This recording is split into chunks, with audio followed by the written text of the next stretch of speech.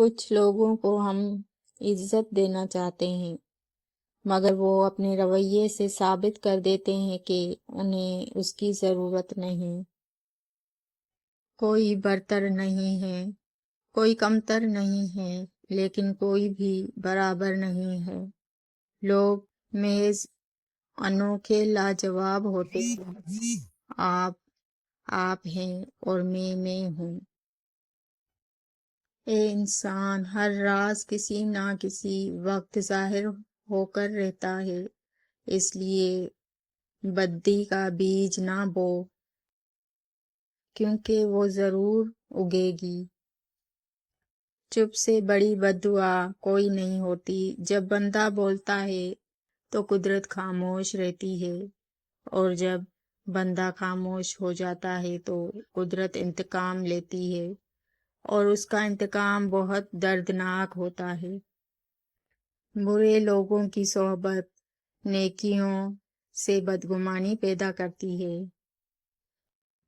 ہمیشہ یہی سوچ کے جیو کہ میرے رب نے مجھے بہت کچھ دیا ہے، اگر وہ مجھے میرے اعمال کے برابر دیتا تو میرے پاس آج کچھ بھی نہ ہوتا۔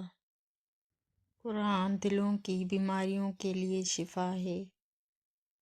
ایک تلخ حقیقت ہے کہ آج کل ہم اذان سنتے نہیں بلکہ صرف اس کے ختم ہونے کا انتظار کرتے ہیں۔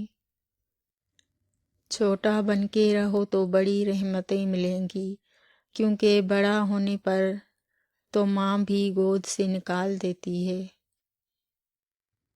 اچھی صورت دل کو متاثر کرتی ہے، جبکہ اچھی سیرت روح کو۔ ہماری زندگی میں 4 نمبر کو بڑی اہمیت حاصل ہے۔ 4 جماعتیں پڑھ لی ہے تو اب 4 پیسے کما لو، ورنہ 4 لوگ کیا کہیں گے۔ جاہل کے سامنے عقل کی بات مت کرو، کیونکہ پہلے وہ بحث کرے گا اور پھر اپنی ہار دیکھ کر دشمن بن جائے گا۔ زیادہ سوچنے سے بہتر ہے استغفار پڑھیں۔ زیادہ سوچنا مشکلات کو بڑھاتا ہے اور استغفار مشکلات کو کم کرتا ہے بلکہ ختم کر دیتا ہے۔ سردی میں مسجد جانا مشکل اور مری جانا آسان ہو گیا۔ ایمان ہمارا کمزور اور شوق طاقتور ہو گیا۔ اللہ تعالی ہمیں ہر حال میں نماز پڑھنے کی توفیق عطا فرمائے، آمین۔